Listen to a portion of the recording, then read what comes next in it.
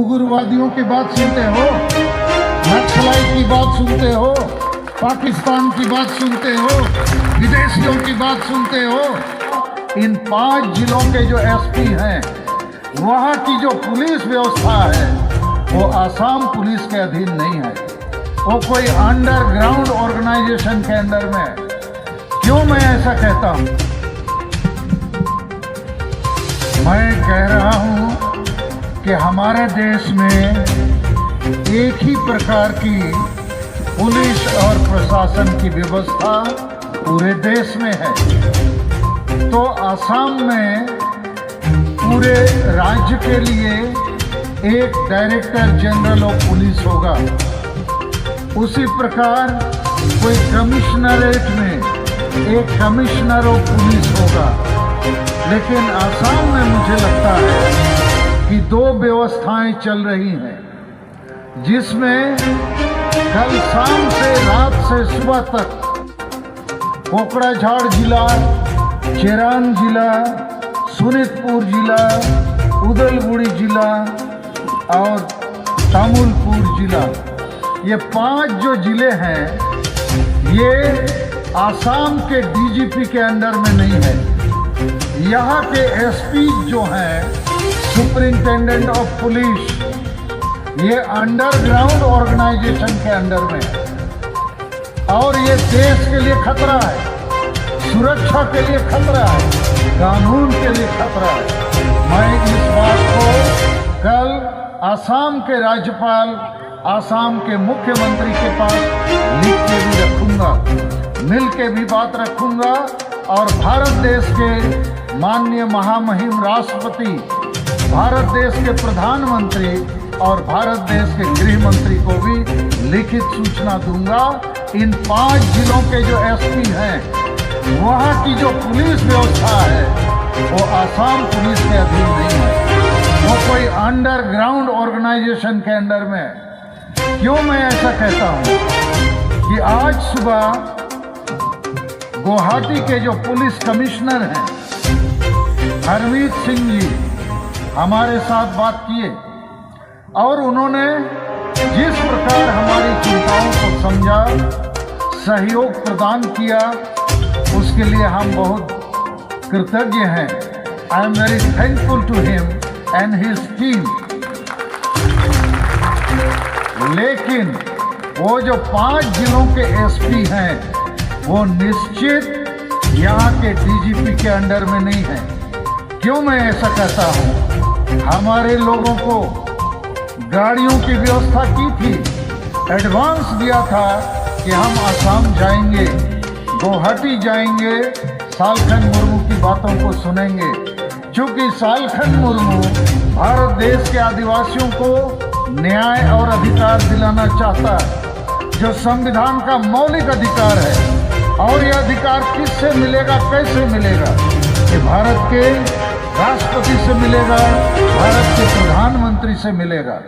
लेकिन यदि इन 5 जिलों में भारत का संविधान नहीं चलेगा, भारत के राष्ट्रपति और प्रधानमंत्री की व्यवस्था नहीं चलेगी, असम के डायरेक्टर जनरल पुलिस की व्यवस्था नहीं चलेगी, तो ये देश के लिए खतरा है, आंतरिक सुरक्षा के लिए खतरा है और ये जो विधि व्यवस्था के लिए खतरा है। इन लोगों ने हमारे आदिवासी भाइयों को बहुत अपमानित किया, गाड़ी नहीं छोड़ा, लोगों को रेल में चढ़ने नहीं दिया और अभी भी ये जो उदलगुड़ी थाना है, वहाँ 13 लोगों को अरेस्ट करके रखा है। और उदलगुड़ी थाना के इंचार्ज को पूछा गया, आप क्यों ऐसा करते हैं? बोला, हम किसी की बात नहीं सुनते हैं। मुझे जो पता चला, हमारे बेटा तिलका मुर्मू ने बताया कि पुलिस कमिश्नर साहब यहाँ आए थे और तिलका मुर्मू के सामने उन्होंने उन 3-4 एसपी को फोन किया। ये आदिवासी जंगल अभियान के लोग, सालखन मुर्मू के लोग शांति प्रिय लोग हैं, इनको रोक-टोक करना ठीक नहीं है, इनको सभा में आने दिया जाए, गाड़ियों को भी छोड़ा जाए। लेकिन वो जो उदलगुड़ी थाना का इंचार्ज क्या कहता है, हम किसी की बात नहीं सुनते हैं। क्या तुम उग्रवादियों की बात सुनते हो, नक्सलाइट की बात सुनते हो, पाकिस्तान की बात सुनते हो, विदेशियों की बात सुनते हो, एक पुलिस कमिश्नर की भी बात तो नहीं सुनता है, डीजीपी के भी अधीन नहीं है। ऐसा इसलिए हो सकता है, इन 5 जिलों के जो एसपी हैं, सुप्रिंटेंडेंट ऑफ पुलिस, ये बेलगाम लोग हैं। इनको देश से, समाज से, आदिवासी से कोई लेना देना नहीं है। तो ये बात मैं इसलिए पहले रखा, ये हम भारत के आदिवासियों के साथ हमेशा ऐसा ही हुआ है। और मैं ये कह सकता हूँ, आज रात को ये गुवाहाटी रेलवे स्टेशन में कुछ पुलिस वालों ने हमारे लोगों का जितना बैनर पोस्टर था सब छीन लिया था। वहीं पर यदि हमारे लोग उनके खिलाफ में खड़े हो जाते, वहाँ हंगामा हो सकता था। और ऐसा ही हंगामा 24 नवंबर 2007 को यहीं गुवाहाटी में हुआ, बेलतोला में हुआ, और सैकड़ों लोग मारे गए, गोलियों से मारे गए, नदी में फेंके गए, और एक आदिवासी लड़की लक्ष्मी उरांव को नंगा करके इस शहर में घुमाया गया। और जो कुछ गुवाहाटी में हुआ था रात को और उन 5 जिलों में हुआ है, वो 24 नवंबर 2007 की याद दिलाता है। ये दुर्भाग्य है इस देश का, लेकिन आज हमारे पास द्रौपदी मुर्मू हैं, भारत के सर्वोच्च संवैधानिक पद में। हम उनके तक बात को पहुंचाएंगे। हमारे साथ माननीय प्रधानमंत्री नरेंद्र मोदी हैं, हम उनके तक बात को पहुंचाएंगे। और अभी मैडम सुमित्रा मुर्मू ने जो बात कही संताली भाषा में मैं बताना चाहता हूँ। हमें 3:30 बजे रात को फोन किया गया कि गुवाहाटी रेलवे स्टेशन में हमारे लोगों को उनका बैनर पोस्टर छीना जा रहा है, उनको अपमानित किया जा रहा है, और उन 5 जिलों से लोगों को आने से रोका जा रहा है। और यदि हमारे लोग भी भड़क जाते, हाथापाई में उतर जाते, तो निश्चित है ये घटना दुर्घटना में तब्दील हो सकती थी और 24 नवंबर 2007 का इतिहास दोहराया जा सकता था। मैंने क्या किया, 4 बजे हमने एक मैसेज बनाया और उस मैसेज को हमने ट्विटर में भारत के राष्ट्रपति को, प्रधानमंत्री को, गृह मंत्री को, असम के राज्यपाल को, मुख्यमंत्री को, और ये जो गुवाहाटी मेट्रोपॉलिटन डिस्ट्रिक्ट है उसके डीसी मिस्टर झा जी को, और डिप्टी कमिश्नर ऑफ पुलिस जो हम लोगों को यहाँ सभा या धरना करने का अनुमति दिया है उनको भेजा, और मीडिया को भी भेजा, ये बताने के लिए कि कैसा ये गुवाहाटी है, कैसा ये पुलिस प्रशासन की व्यवस्था है जो ऐसा नंगा नाच, लॉ ऑफ द लैंड नहीं, जंगल लॉ, जंगल रूल यहाँ लागू कर रहे हैं। और मुझे पक्का मालूम है दिल्ली से कोई बम्बू आया होगा और उस बम्बू के चलते इन लोग फिर इसके ऊपर में अपना सहयोग की भावना के साथ काम करना शुरू किया है। क्या हम लोग भारत के आदिवासी आदमी नहीं हैं, नागरिक नहीं हैं? क्या भारत का संविधान हमारे लिए नहीं है? आज हम ये सभा क्यों कर रहे हैं कि हम आदिवासियों को क्यों हमारा धर्म का मान्यता नहीं मिलता है? 75 सालों के बाद भी क्यों हमारे लोगों को आसाम में एसटी का दर्जा नहीं मिलता है? 75 सालों के बाद भी क्यों हमारी भाषाओं से पढ़ना लिखना, सरकारी काम और एम्प्लॉयमेंट या नियोजन नहीं होता है? 75 साल के बाद भी बंगाल, उड़ीसा, असम, बंगाल बंगालियों के लिए, उड़ीसा, उड़िया, असम असमी, तो हमारा झारखंड प्रांत में हम आदिवासी क्यों मालिक नहीं बन पा रहे हैं? क्यों हमको भिखारी बनाया जाता है? क्योंकि वहाँ भी संविधान कानून लागू नहीं किया जाता है। तो ये सारे चीज़ों के लिए हम लोग झारखंड, बंगाल, बिहार, उड़ीसा, असम में लगातार जनसभाओं को आयोजन किया और दिल्ली में भी किया। 30 जून 2022 को दिल्ली में हम लोगों ने जंतर मंतर में ऐसा ही बहुत बड़ा धरना प्रदर्शन किया। बहुत बारिश हुई और उसके बाद भारत के राष्ट्रपति, प्रधानमंत्री और गृह मंत्री को ज्ञापन दिया। उसके बाद 20 सितंबर को उड़ीसा की राजधानी भुवनेश्वर में ऐसा ही सभा किया। वहाँ भी पानी गिरा जोर का, लेकिन हम लोगों ने वहाँ भी अपनी बातों को, अपनी मांगों को रखा। साउंड थोड़ा कम करो। उसी प्रकार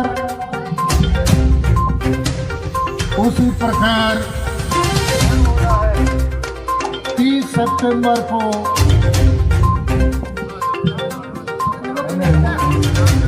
इसको रखो ना, एडजस्ट करेगा इसको रखो।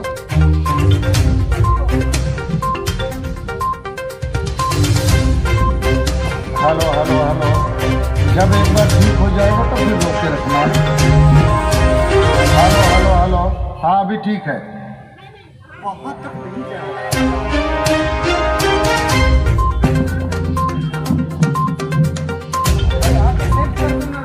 पीछे ठीक सुनाई दे रहा है? हाँ सुनाई दे रहा है, रहने दो रहने दो। हेलो हेलो हेलो, उन्हीं तो आरोप चुकाया, अभी ठीक है, इसको जल्द नहीं करना। मैं ये कह रहा हूँ, हम भारत देश के नागरिक हैं, भारत संविधान से चलता है, लेकिन हम आदिवासियों के लिए 75 साल देश की आज़ादी के बावजूद ना धर्म का मान्यता, ना भाषा की मान्यता, ना एसटी का मान्यता, ना झारखंड आदिवासियों के राज्य में हमारी मान्यता, ना आदिवासी स्वशासन व्यवस्था में सुधार, ये कुछ भी नहीं हुआ है।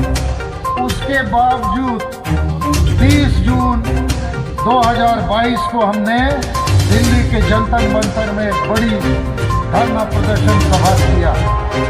20 सितंबर को उड़ीसा की राजधानी भुवनेश्वर में किया। 30 सितंबर को बंगाल की राजधानी कलकत्ता में किया। वहाँ करीब 1 लाख लोग थे। और उसके बाद झारखंड की राजधानी रांची में किया 18 अक्टूबर को। आज 4 नवंबर हम असम की राजधानी गुवाहाटी में कर रहे हैं।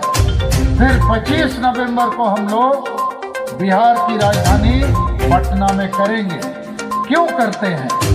क्योंकि हम आदिवासी सेंगेल अभियान, सेंगेल का मतलब सशक्तिकरण अभियान, झारखंड, बंगाल, बिहार, उड़ीसा, असम 5 प्रदेशों में हम आदिवासी भाइयों को जगाने के लिए और बाकी सरकार प्रशासन को जगाने के लिए इन बातों को रखने की कोशिश करते हैं।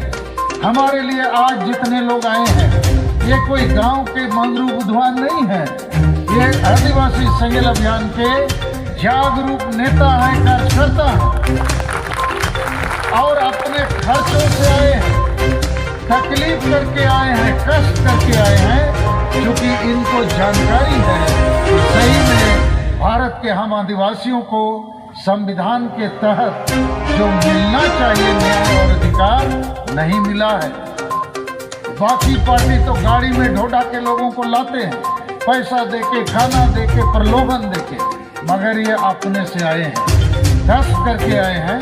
लेकिन गुवाहाटी में और आसाम में यदि पुलिस प्रशासन हम आदिवासियों के साथ दुर्व्यवहार करते हैं, तो मैं कहूँगा यहाँ की पुलिस प्रशासन द्रौपदी मुर्मू के साथ दुर्व्यवहार किया, भारत के राष्ट्रपति का अपमान किया, भारत के संविधान का अपमान किया। और ऐसे पुलिस प्रशासन के ऊपर में देश को विचार करना होगा। ये देश के लिए काम नहीं करते हैं, ये देश के नागरिकों को अपमानित करते हैं, देश के राष्ट्रपति को अपमानित करते हैं, देश के प्रधानमंत्री को अपमानित करते हैं। तो मैं इन्हीं बातों को हिंदी में थोड़ा बहुत कहना चाहता था, कहा है, लेकिन मैं इसको बहुत ऊंचे लेवल तक ले जाऊंगा।